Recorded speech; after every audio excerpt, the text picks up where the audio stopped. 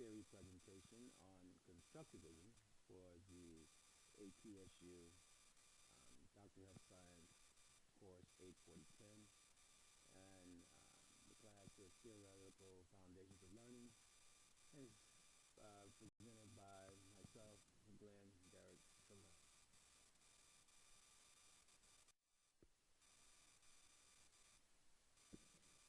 Hello, this is Learning Theory presentation for ATSU. Thank you.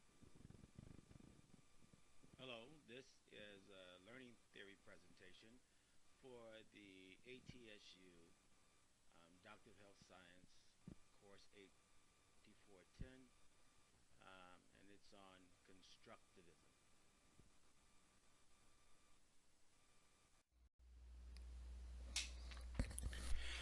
This is the beginning of the presentation, the Learning Theory presentation for the ATSU Doctor of Health Science 8410 class. The title of the presentation is Constructivism.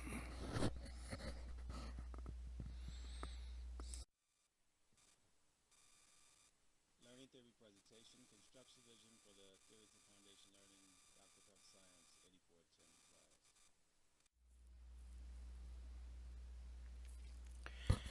This presentation is on learning theories, specifically constructivism. It's been presented for the Theoretical Foundations of Learning class at AT University with the Doctor of Health Science 8410 course. My name is Glenn Derek Tremel.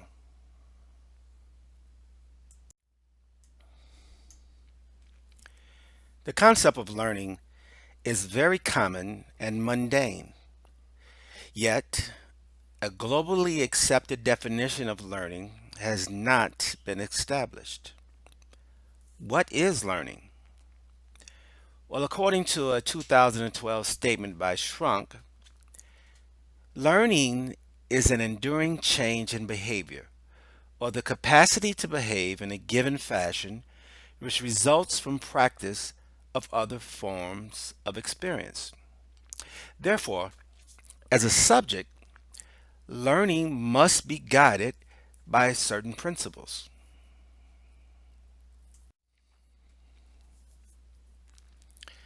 Theories are sets of ideas that are formulated to make sense of certain events.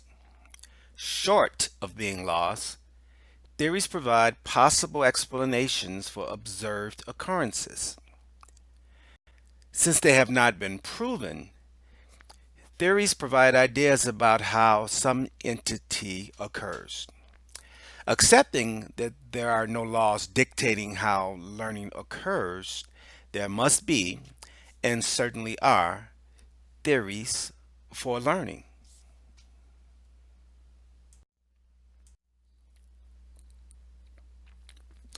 Learning theories provide the structural support for concepts on how information is gathered and stored in the human mind. They seek to explain how learning occurs and provide guidance on various teaching methods and teaching strategies.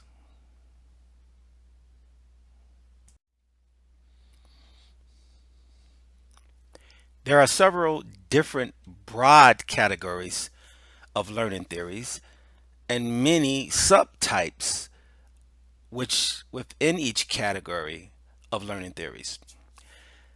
Some of the broader categories of learning theories include behaviorism, social cognitive theories, information processing theories, motivation and humanistic theories, child development theories, and theories on constructivism. While each theory has some validity, they also have some limitations. For this presentation, we will concentrate on the constructivist theory of learning.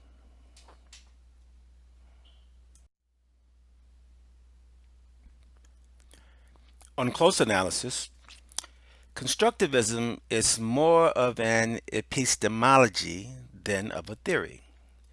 Epistemology being theories of the nature and grounds of knowledge, especially with reference to its limits and validity. The philosophy of how learning occurs through the constructivist model was postulated by several theorists.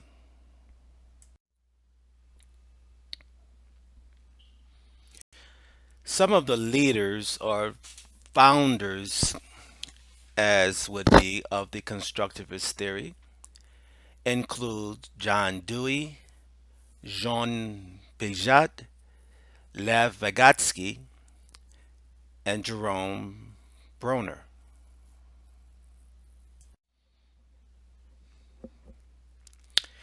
Considered the founder of the constructivist theory, Dewey's inquiry learning theory frowned on the usual teaching methods of memorization and repetition.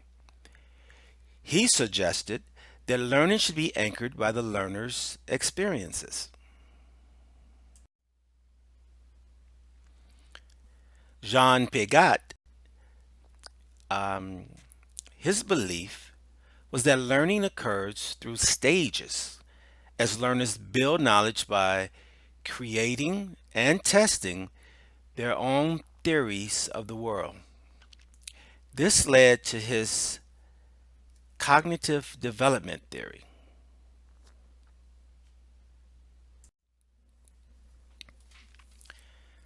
The sociocultural theory of constructivism was born by Vygotsky.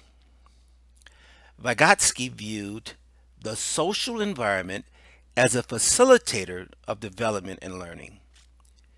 He believed that knowledge initially developed on a social level before being permanently stored by the individual learner.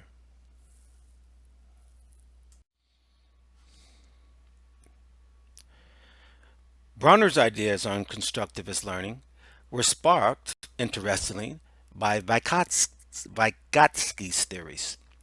Bronner believed that learning best occurred via problem-solving scenarios. Learning occurs when lessons from previous experiences merge with existing knowledge and new knowledge is discovered.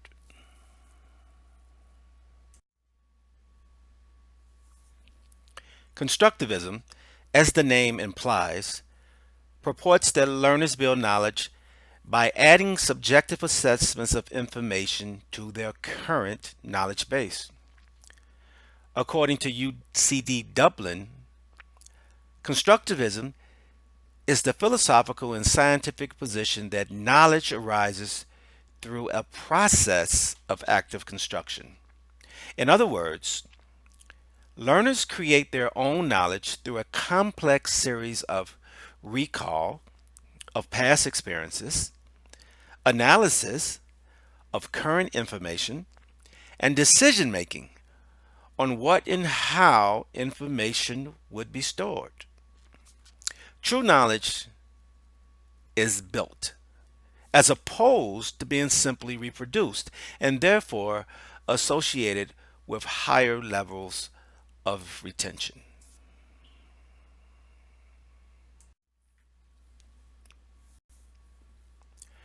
From a constructivist view, learning and knowledge is a personal, self-manufactured entity.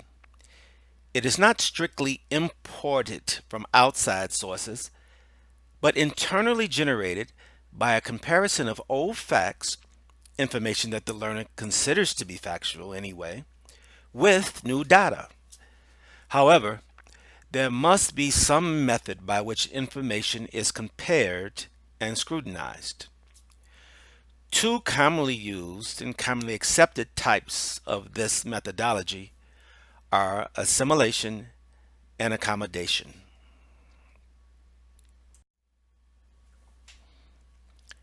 Assimilation. When a person is assimilating knowledge, the learner merges new information with their currently stored knowledge. This action may slightly alter or enhance their current beliefs, the learner's baseline knowledge.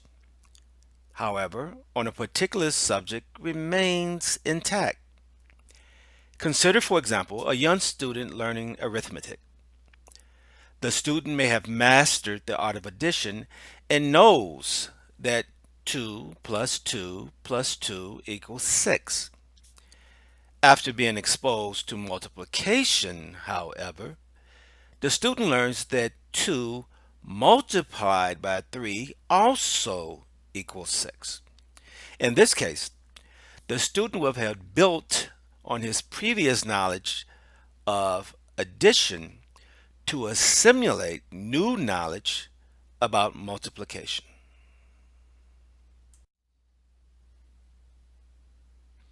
Accommodation. Accommodating new knowledge occurs when learners change their current thinking to reflect and make sense of reality, of the changes that are actually occurring in front of them. If, for example, a child has a strong belief in Santa Claus, but then ages and grows to recognize the impossibility of one person descending down the chimney of every house on the planet Earth on one night, then the child will disregard that previous belief or knowledge. That change in the previously accepted knowledge, while extreme in the Santa Claus example, highlights the concept of accommodation. When learners' conceptions of how the world operates come in conflict with a newly recognized reality, the old concepts are abandoned as new knowledge is constructed.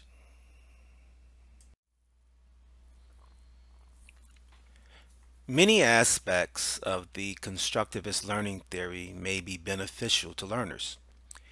Instruction through the model focuses on a student's current knowledge base.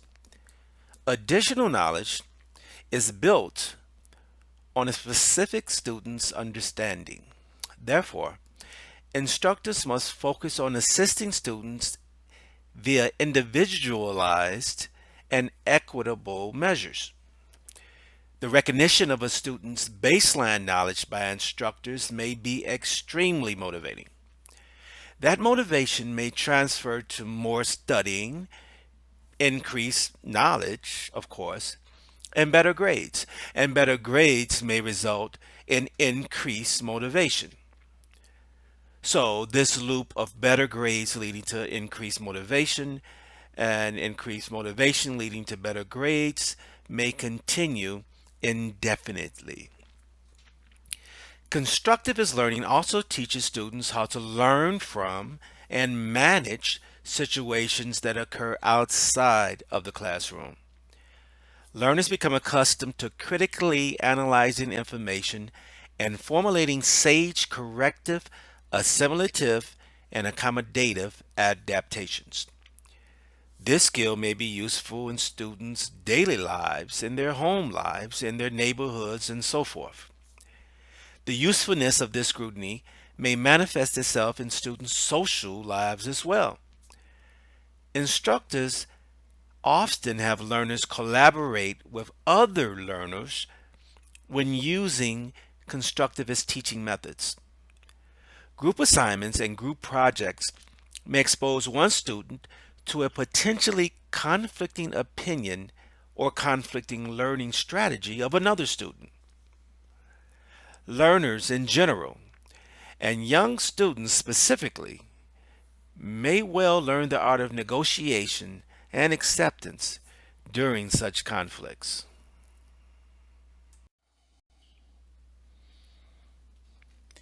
Many aspects of the constructivist learning theory may be beneficial to learning.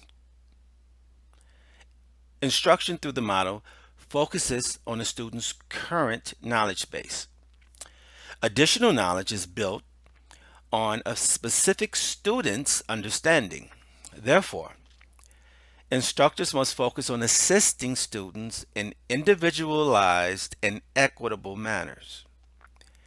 The recognition of a student's baseline knowledge by instructors may be extremely motivating to that learner. That motivation may translate to more studying, increased knowledge, and better grades. And better grades may result in increased motivation.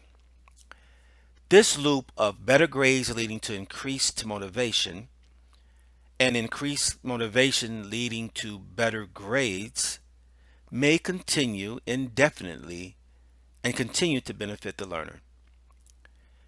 Constructivist learning also teaches students how to learn from and manage situations outside of the classroom. Learners become accustomed to critically analyzing information and formulating corrective, assimilative, or accommodative adaptations. This skill may be useful in the students' daily lives. The usefulness of this scrutiny may benefit itself in students' social lives as well. Instructors often have learners collaborate with other students when using the constructivist teaching method. Group assignments and group projects may expose one student to a potentially conflicting opinion or learning strategy of a different student. Learners in general, and young students specifically, may learn the art of negotiation and acceptance during such conflicts.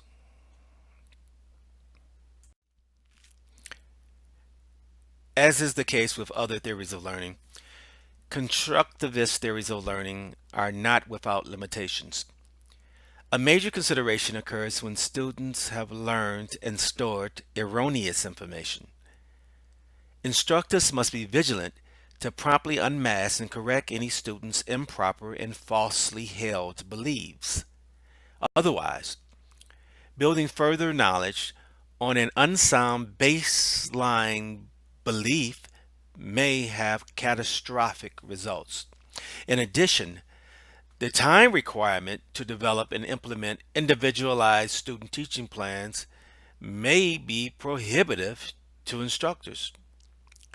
Customizing individual plans of instruction for each learner requires substantial financial capital for teacher training and teacher development. Constructive learning also lacks structure. Many young students acquire structure from the usual rigidity of traditional learning methods. Removing that structure may cause students to fail in other areas of life, like at home or in social interactions. And the lack of standardized testing, often seen in constructivist learning, eliminates a recognized measuring stick in which to assess students' educational progression and overall success.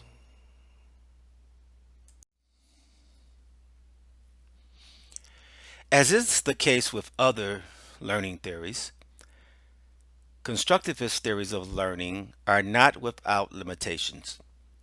A major consideration occurs when students have learned and stored erroneous information. Instructors must be vigilant to promptly unmask and correct any student's improper and falsely held beliefs. Otherwise, building further knowledge on an unsound baseline knowledge held by a given learner may have catastrophic results. In addition, the time requirement needed to develop and implement individualized student teaching plans may be prohibitive in many situations.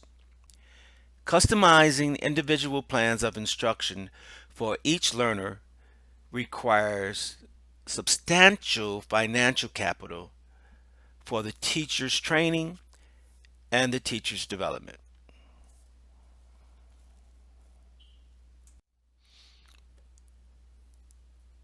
Technological advances and immediate access to information via smart devices, for example, has ushered in a new breed of student learners.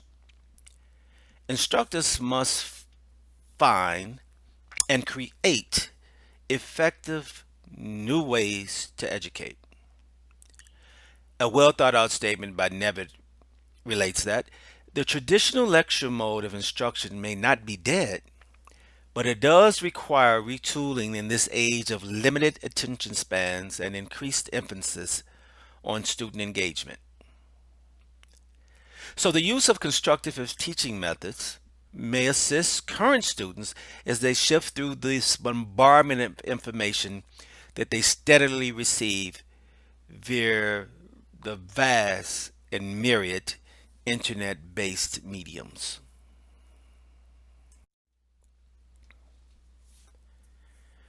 With careful consideration and planning, the constructivist learning theory may be successfully used for student instruction. First, an in depth evaluation of all students should preclude instruction. If students are to learn based on their previous experiences and current knowledge, it's important that instructors familiarize themselves with each student's baseline knowledge. Instructors should be on the lookout for students with erroneous and inadequate knowledge. Secondly, students should be frequently placed in learning groups so that social and educational skills are simultaneously developed. Working with groups will allow students to compare their knowledge with that of peers and allow for an easier acceptance of assimilation and accommodations alterations if that need occurs. Lastly, students should be afforded free, reliable, and easily accessible technological support. Being able to immediately access information will help modern day students analyze and compare new information as they make decisions to construct new knowledge.